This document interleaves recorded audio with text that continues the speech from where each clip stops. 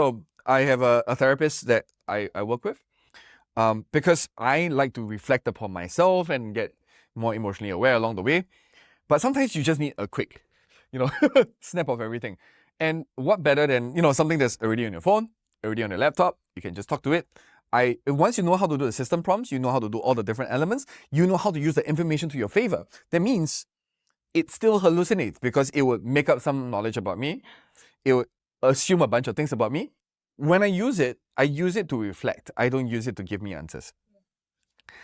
And that is the most effective way of using GenAI for now. I mean, there are a lot of other use cases where I've seen companies turn it into a very good system to turn gibberish data into something useful for humans.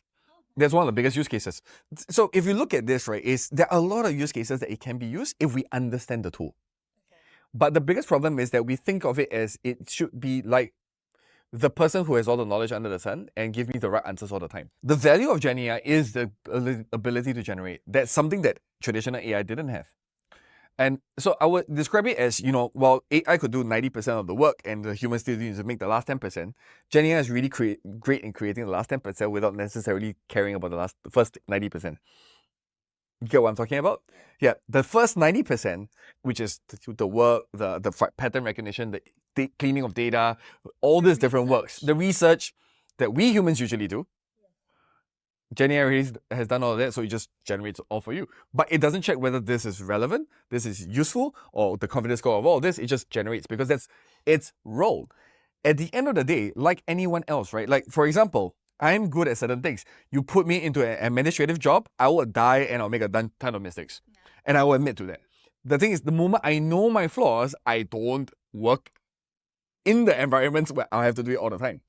I can do administrative stuff once in a while, but most of the time I need to do the strategic stuff, the thinking stuff, the talking stuff, like no. But if I'm not self-aware, or as a tool, people are not aware of my strengths and weaknesses, they're going to use me wrongly. Yes. As is GenAI. My favorite way of looking at humanity has always been recognizing that we are often trying to abdicate ourselves of a responsibility that we have. The idea of retirement, retire early, and the dream of not having responsibilities in life. Oh, I know it. If you notice, right, most of the conversations around GenAI, it's about relieving us of our work that we need to do. And the responsibility we need to take to make decisions. So we want to relinquish our responsibility and just give it all up to a robot? A lot of people want to do that, whether or not they admit to it.